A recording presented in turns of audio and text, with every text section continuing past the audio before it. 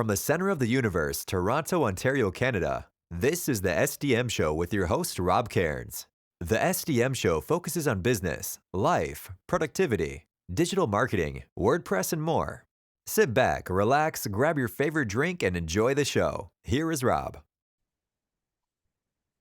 Hey everybody, I'm Rob Cairns. I'm the founder, CEO, and chief technologist at Stunning Digital Marketing.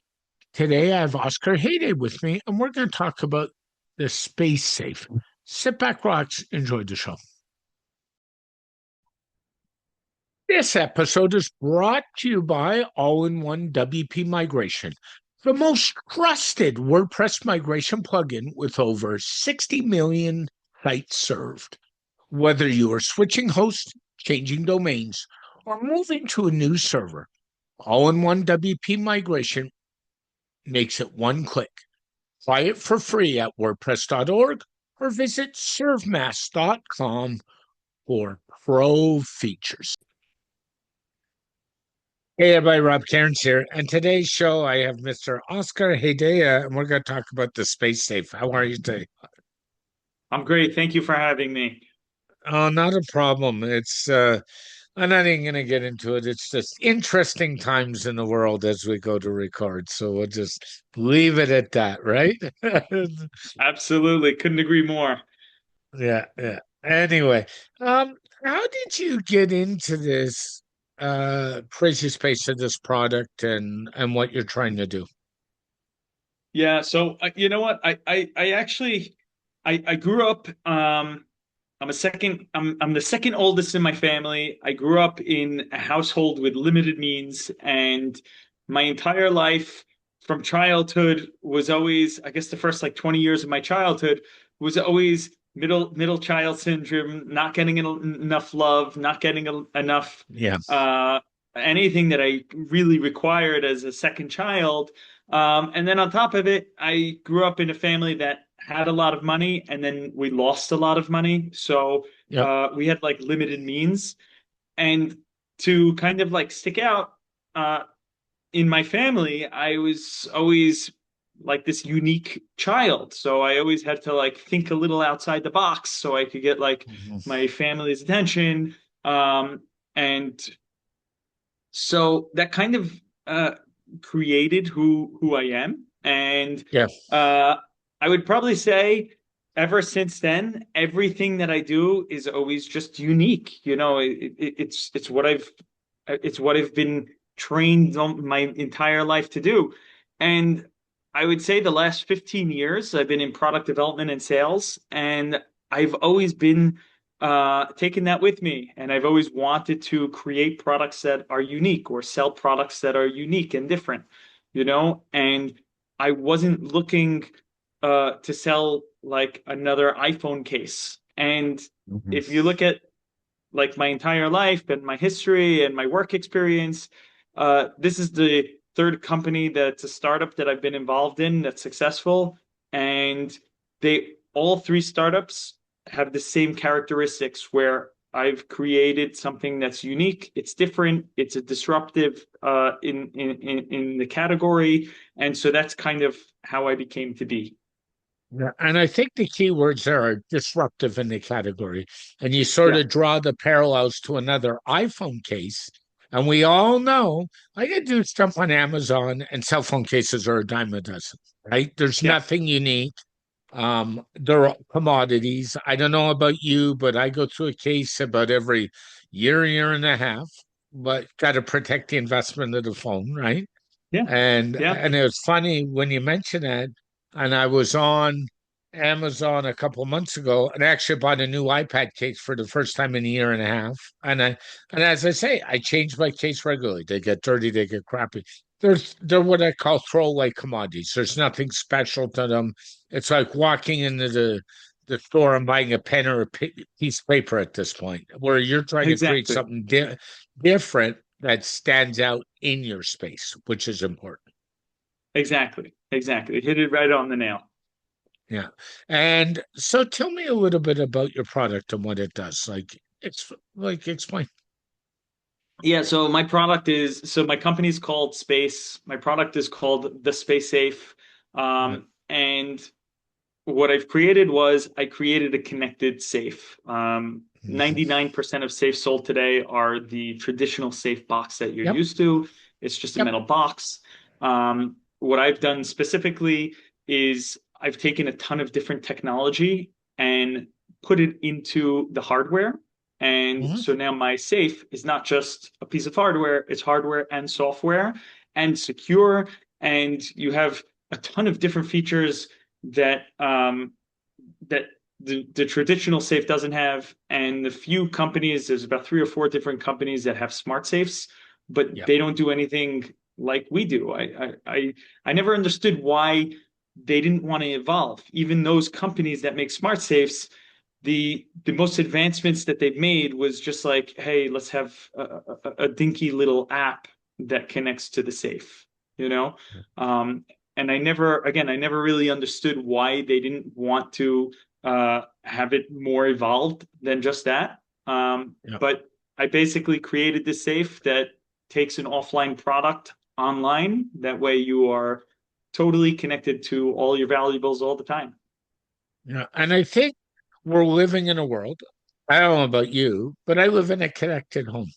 I've Yeah. got, I won't mention the words, but I have that Google device in your room. I have the A device in this room. You know where you know why I'm not mentioning the words because I'm going to They're set them listening off. anyways. Yeah, they're listening anyway. We have smart plugs. Right now, I'm actually helping a friend and she's got smart plugs. So, that's really helpful. You get up in the middle of the night, you turn them off and on. And I think this is just an extension of the connected home, honestly.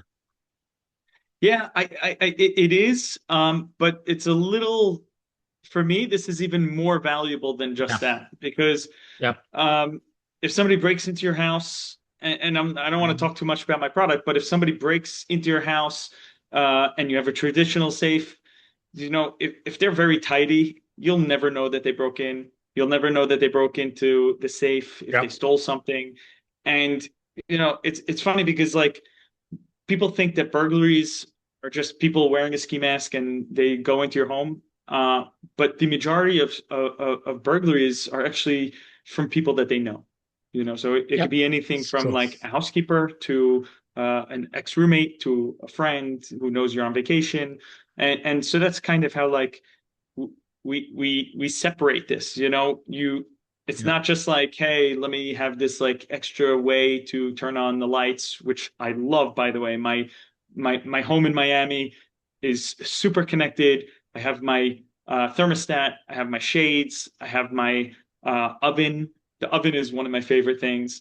But what really sets this apart is it's not just like, hey, these are nice little features, but it's also like peace of mind, so you Yes. have complete visibility and control for your valuables, whether it's a gun or a passport or a will or your Yep. grandmother's necklace that she had that was passed down for 100 years. Yep. Do you make them in different sizes? I have to ask. Not right now. We're still Okay. a small little company. We're actually in the middle of raising, and once we complete that raise, within 12 months, we'll have five other sizes, and they're really going to be cool. So one of the things I didn't really mention was we don't only stand out in terms of the software and hardware part where we're different, but the physical look of the device is extremely different. So we're not looking to just be this like square box. We have a beautiful Yes. glass front cover, um, and it's funny because this one size we sell now, it's the most standard size for safes. In my opinion, when we first designed it, it was beautiful, but now we've actually designed the other safe sizes and those are so gorgeous that this one is no longer beautiful. But for the person who hasn't seen the new designs, this is like mind blowing. Yeah. Yeah. You're like every other creative. You're just being hypercritical of what you do because you're a perfectionist. And I get that because I'm the same way. So I understand it. Where's the best place to get one if somebody really wants one at this point? online on our website. It's www.thespacesafe.com. They could also, I think it's like 15% off if they want to sign up for the mailing list. We don't spam anybody or send any Yeah. emails because we only have one product. Yeah. So Now, have you thought about considering doing sales through Amazon or anything like that, or is that just kind of not on the radar? not right now with Amazon. It's too scary. I used to sell Yeah, products yeah, that the problem is it's a high retail price point item. It's mm, $1,300 US, yeah, $1,300 safe. Um, and if somebody returns, they can return it for whatever reason they want, So if they don't like the color of black that it is, and they want, maybe a lighter black or a charcoal, yeah, and they could yeah, return it, it's just too much of a loss for us. And yeah, yeah, and if you had the iPhone case, it wouldn't matter. But yeah, it's something that's so heavy and so big and so expensive, it yeah, kills any margins that we would make. So we're not yeah. doing that right I think selling on Amazon's interesting. I think it does really well on commodity products, but I think higher end products, I mean, people sell things like computers and vacuums and stuff, but I think those are harder sales, to be honest with you, on Amazon, where the now. day-to-day stuff we don't even think twice about. We just, as I say, I just jump on, I order, I'm done, and you know, Yeah, that's yeah. kind of I'm the same way. Like for me, I'll buy any commodity on Amazon, but the more expensive purchases, I actually personally prefer to go to the store and buy expensive purchases. yeah, so do I. Is it available anywhere, or is it just in the US or just in Europe, or is it just It's going to be both. Right now, we're sold out, and we're actually increasing our logistics to a global logistics. We should have more stock in about 3 or 4 months, and yep. once that happens, we'll be able to ship globally. Where's it? I take it it's made offshore somewhere. Can I ask? Yeah, unfortunately. I mean, you know what? I've been working with China for like 16 years or something, Mhm. and there's nothing I hate more than manufacturing there. Yeah, Um, I'm a big proponent in manufacturing domestically if you can, or at least like on your hemisphere. Since I'm in the yeah, US, it would be nice to manufacture in Mexico or the US or Canada. But unfortunately, it's just to manufacture my kind of product, it would cost over $1,000 in the US, and it, you just yeah, can't compete that way because yeah. I know I know the customer wouldn't want to spend over $2,000 on the Mhm. safe, right? So This is, it's interesting when you talk about it, and it's an economic decision. Everybody complains about uh, manufacturing China, manufacturing in India, depending on what it is. A lot of clothes come out of India. Manufacturing in the Philippines, there's the other spot, right? And yep, the reality of it is, the reason we're doing that is the cost of labor is way less in those countries than the cost of labor in North America. And I hate to tell you, like, even in Canada, you look at some industries, the products are great. But if we had to do it here, I'd be paying 5 times what I would yeah, be, and even with all the tariffs and all that mess going on in yes. the world, it's still cheaper to bring it in from China.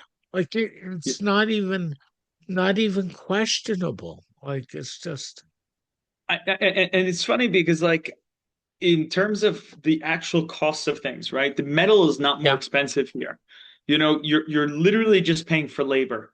You're paying labor to cut metal. You're paying metal to assemble yeah, and create a safe, and then you're paying to assemble the electronics in the safe and to put the lock on, and so mhm, it, what ends up being, uh, if you're paying, let's say it costs, I know what it costs here because I've checked with many different factories. It's between 85 and $120 per hour in the yeah, US yeah, for labor, which you're talking about like $3 or $4 in Asia per hour.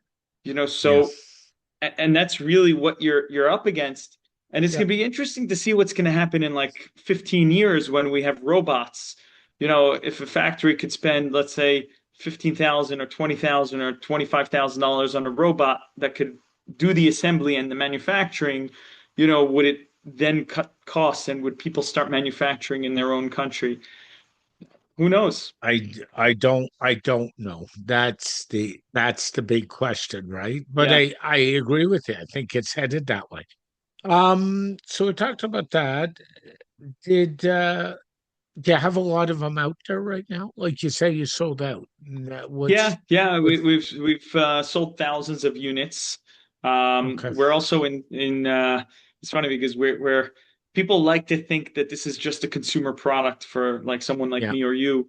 But we're working with hotels, we're working Yeah. with law firms, we're working with enterprise, we're working with doctors' offices. Mhm. So it's not just somebody like me and you, which is kind of funny. Yeah. Funny when you mention hotels because we all know when you go into a hotel room, they all have the traditional safe to lock valuables in. It's almost always in the same place in the closet as you walk in the door, right? Like good hiding place, folks. And I travel a lot, you travel a lot, so we're used to that, right? And it's just, yeah, I think the hotels need to do something, to be honest with you. I wouldn't, Yeah. I I mean, personally nobody wouldn't trusts trust them. one. I don't trust them. You put it, you'll put your passport in your sock drawer before the safe. Yeah, It's kind of crazy, but nobody trusts the hotel safes. And part of the reason nobody trusts the hotel safes is because, like, you go online, you could find videos of people breaking into those things in like 20 seconds by brute force. Hotels also have like keys that anybody could buy and make. yeah, The problem yeah, is the problem really is that they're buying cheap safes. yeah, Even even you go to like a five-star hotel like a Four Seasons or a JW Marriott, they still also put in those same like 50 or $100 safes that are just really, I don't want to say clumsy because they're not clumsy, they're just garbage. yeah, Um, yeah, but specifically for our safe, and I hope in the next 10 years, all again, my product's a high-end product, but I hope that all high-end hotels have my safe, and not because it's my company and not because it's my product, but because my product is great. And it would be nice if you were downstairs at the pool in the hotel, if all of a sudden you get a notification that says the safe was opened or the safe incorrect PIN was entered. It would be nice to have that kind of information, you know? yeah. Yeah, it's so true. And be alerted on your smartphone to say, hey, we have a problem here, right? I mean, that's the key. Yeah. I assume the app works on both Android and iOS. Is that a fair assumption or is that a wrong Yep. assumption? Yep. Yep. And it's a fair assumption, but you know what's crazy? We've done surveys Oh, before with our customers. yeah, And I think it's like 94% of people use an iPhone. OS, sorry, an iOS, an iPhone, and it's like 6% uses an Android. Um, but yeah, both we So what support I both what for both. so I have to ask you, if it's mostly iOS, just knowing what the cell phone demographic is most of your sales in the US? Is that fair? Um, it's a high percentage. It's the majority. Yeah, It is the majority. yeah. Yeah, And the reason I ask that is because the way cell phone sales go in North America, iOS sells better. In Europe, Android sells better.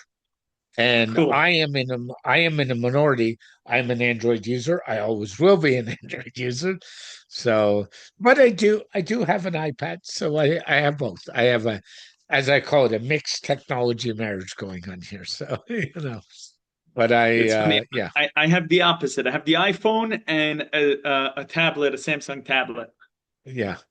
Yeah, I like the Google Pixel series, so I've run with them for a long time. So, but yeah, so that helps. No, you didn't want to talk about your safe as much. I have to ask, there's other people in the space.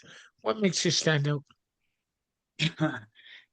So aside from the tech and the design, Yeah. Yeah.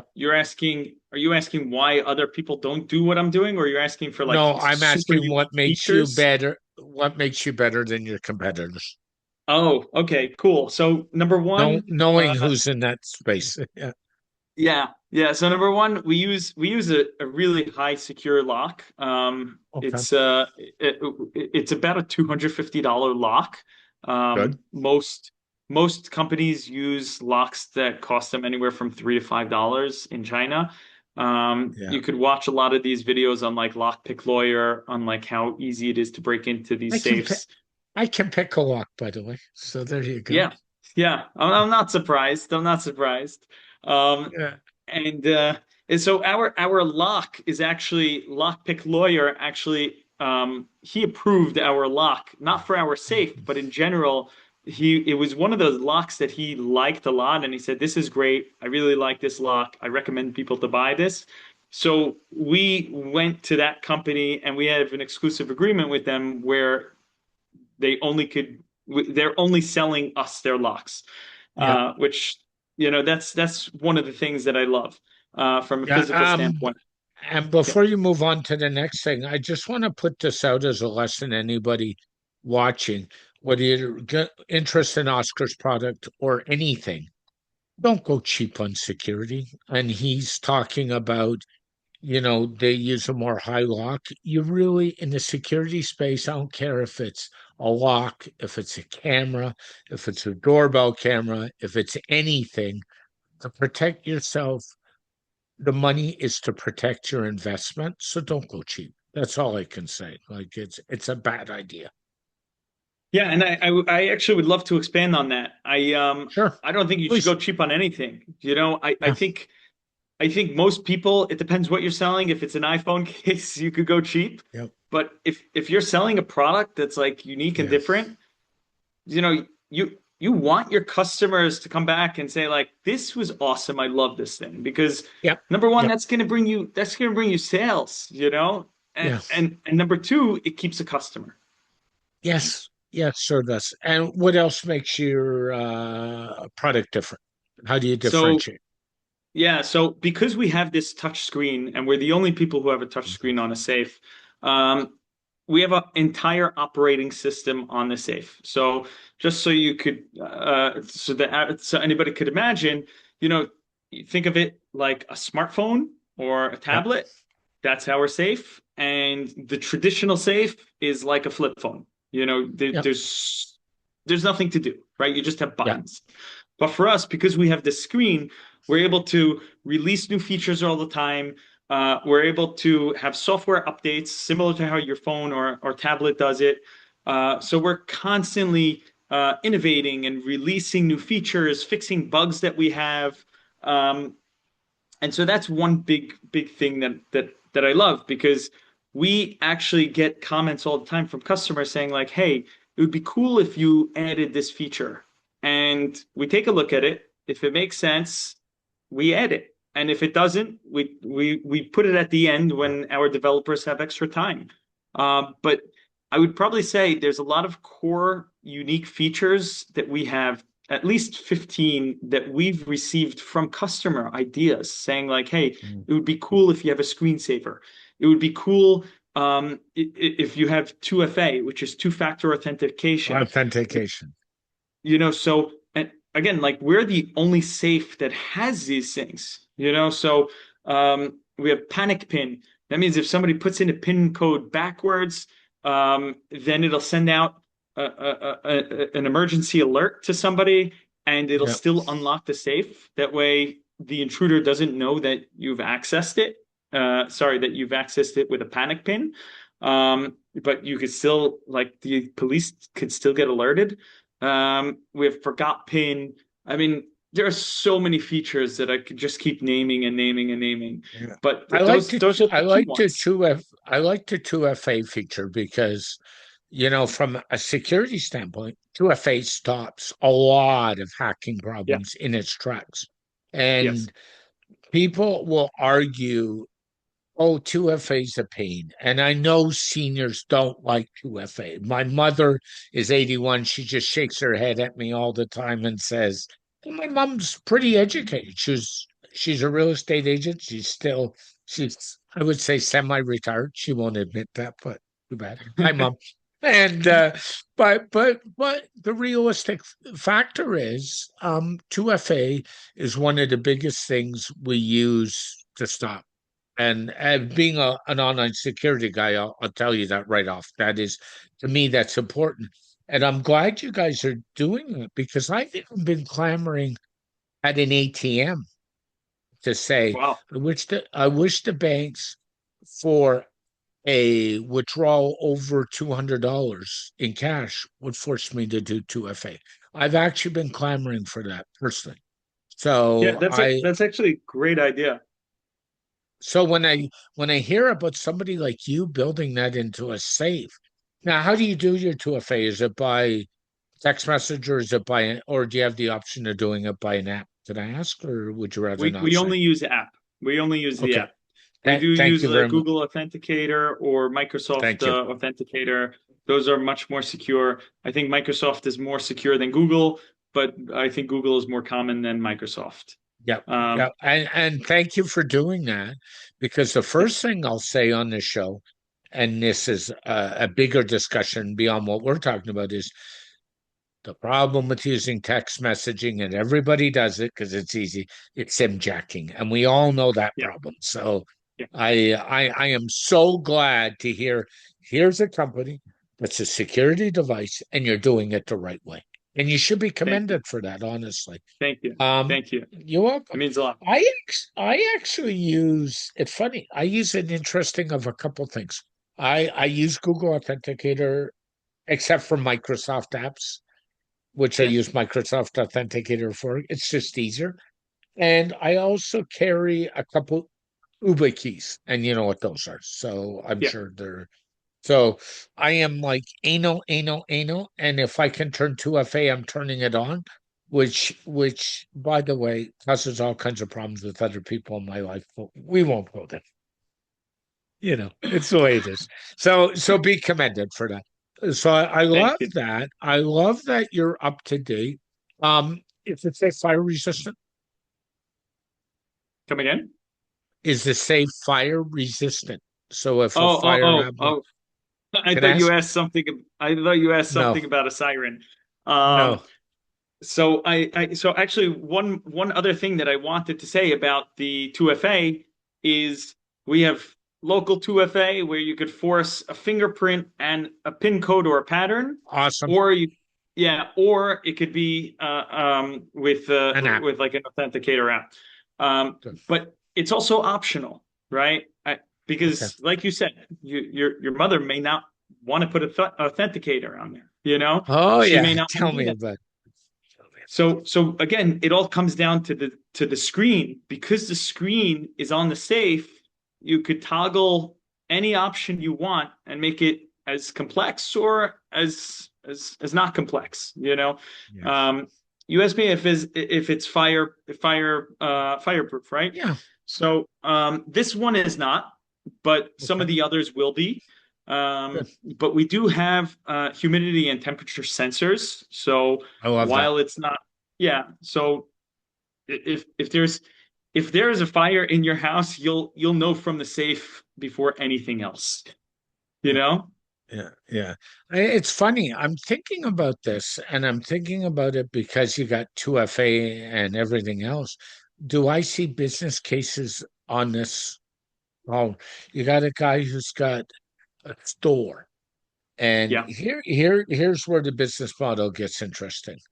Um, do you think down the line of maybe getting into some high-end custom stuff? For example, you got a jeweler who's got a jewelry store, the stuff goes in the safe. Jewelers are always worried about their safes being broken into. And now Yeah. you've got a 2FA in there.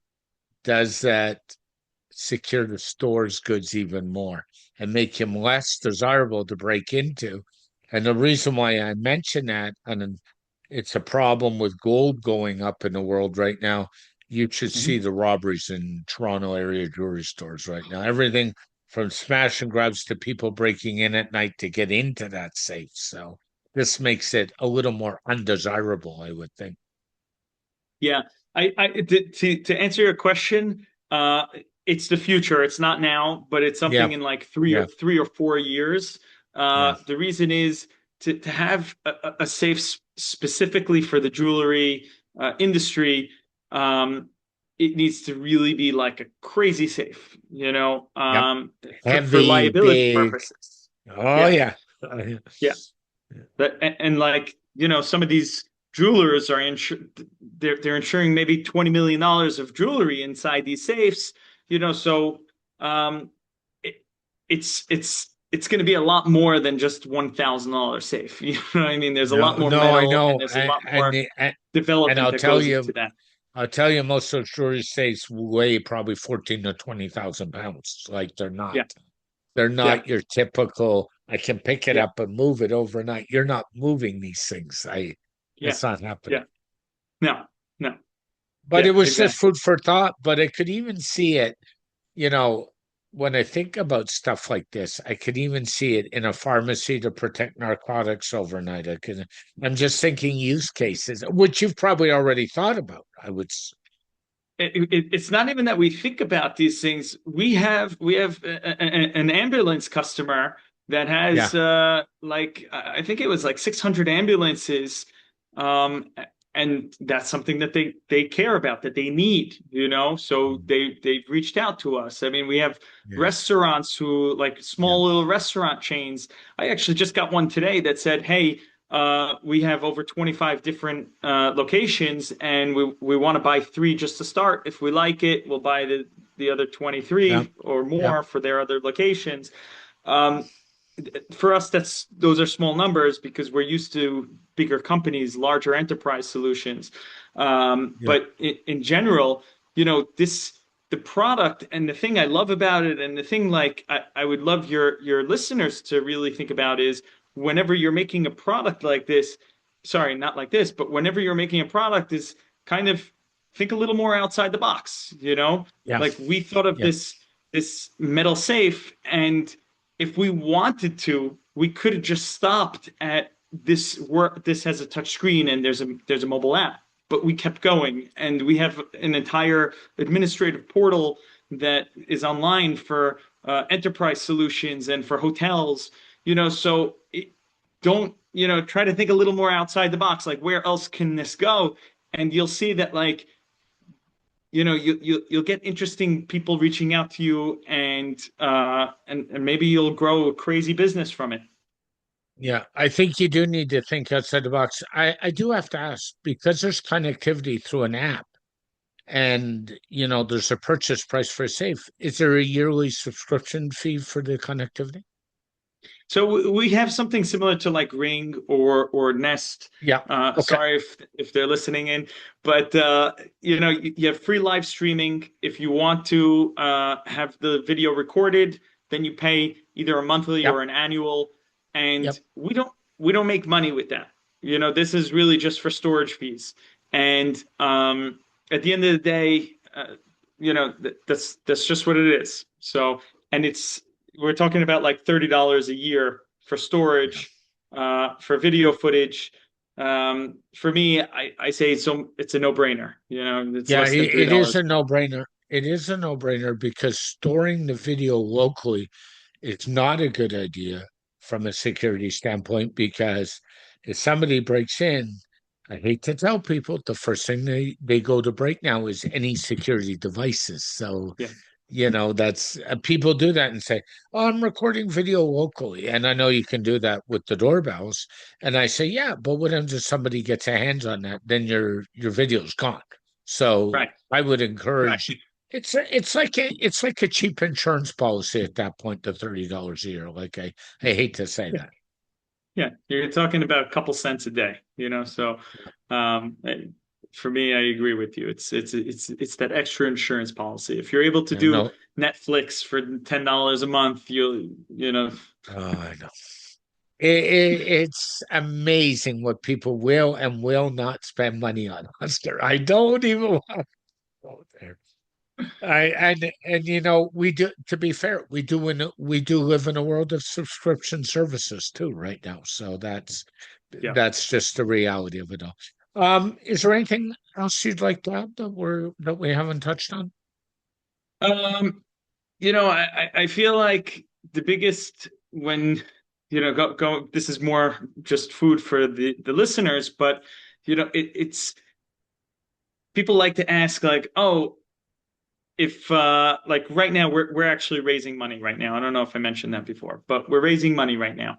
And some investors have asked like, if this was such an incredible industry, if this was so important, then why hasn't anybody else created this product? Like why hasn't another safe company come out with this product before? Mm. And it's such a small like this may come off the wrong way to say it, but it's such a small-minded way to think, you know? Um, and really, most industries don't evolve because no one questions what's already out there, you know? So the second that you question it, the second that you create something that's different, and a great example is a smartphone. Another great example is the Dyson vacuum. You know, these Yeah. these are products that didn't exist before, and maybe people didn't think of them, but it doesn't mean they're Yeah. not good ideas, you And know? I'll give you one more example in the food industry is sriracha sauce. I mean, Yes. there was a company that went out and built a product, and everybody goes in and says, I want sriracha sauce. And we know now there's at least 8 or 9 major manufacturers in North America that make the stuff. And the original company, there's a whole story behind it that created it all. But that one comes to mind. It's that type of thing, like, where you create a product and it becomes a standard. Coca-Cola's like that. Nobody Yep. goes into a store and says, give me a soft drink. I'd like a Yeah. Coke. No, we have Pepsi. We take that. And we end up adjusting. But, there's another one. So, yeah, I agree with you. You have Yeah. to be, you have to disrupt the market. And sometimes people don't realize what you're providing and what they want until you give them the option. Exactly. Exactly. Exactly. and You know, and specifically for this, we didn't just build the product. We're trying to change how people think about security overall, and yep. so that's if I could give anything to the listeners, it's like try to think a little more outside the box as much as you can that you could stand out because also if you're able to do that, the copycat is going to be harder to copy you, you know? Yep. I agree. And then the way to get around the copycat is just provide excellent service. Look at the Dyson vacuum. Jump on Amazon today. There's a million Chinese Dyson clones out there. A million of them now, Yeah. you know. Yeah. And probably, I hate to say it, made in the same factory as the Dyson, but you know what Dyson provides? Excellent service that the other ones don't provide. So Yeah. that's the key. I actually I listened to a podcast on Dyson. Guy's incredible, and the truth is Yeah. he deserves everything. He's a great guy. He's an incredible engineer, and I think he spent I was reading this a couple of years ago, but he spent almost $1 billion creating his own electric car, and then they just like Yeah. scrapped it, which Yeah. I hate that they spent so much money and wasted it, but there's something to be Maybe it said was, about private companies. but maybe it wasn't wasted. Maybe it was a learning experience that he learned some stuff that he built into other things. So, Yeah, from that standpoint, it might not have been wasted. It might have been a learning project. And that's, you know, you and I both know as entrepreneurs, you have to fail a couple times before you're successful. And yeah, I don't treat a failure as a quote failure. I treat it as this didn't go well. Let's figure it out and go here because I learned from this issue here, right? yeah, yeah. I love that, and it's true, and it's not just for business; it's even for personal For life. relationships as well. Yeah. It's everything in life, and it's funny because like experiences don't just teach us that, but like it makes you quicker and faster and it makes you better at doing things. Yeah. Um, so yeah, I'll share the best one. I've been through what in my life what I call three long-term relationships that have all been disasters, long terms, and I'm in a personal relationship now that's wonderful. And honestly, if I didn't have those three messes, I probably wouldn't be where I am today. So there's a good personal example. Hey, Oscar, yeah. it's been great having you today. I really appreciate you jumping on. I wish you well. If Thank somebody you. wants to know more, where is the best way to go? Yeah, go to our website, www.thespacesafe.com. And if you have a question that's not on the website, email us. We'll be happy to answer anything. And if there's something specifically for me, somebody on my team will forward the email as well.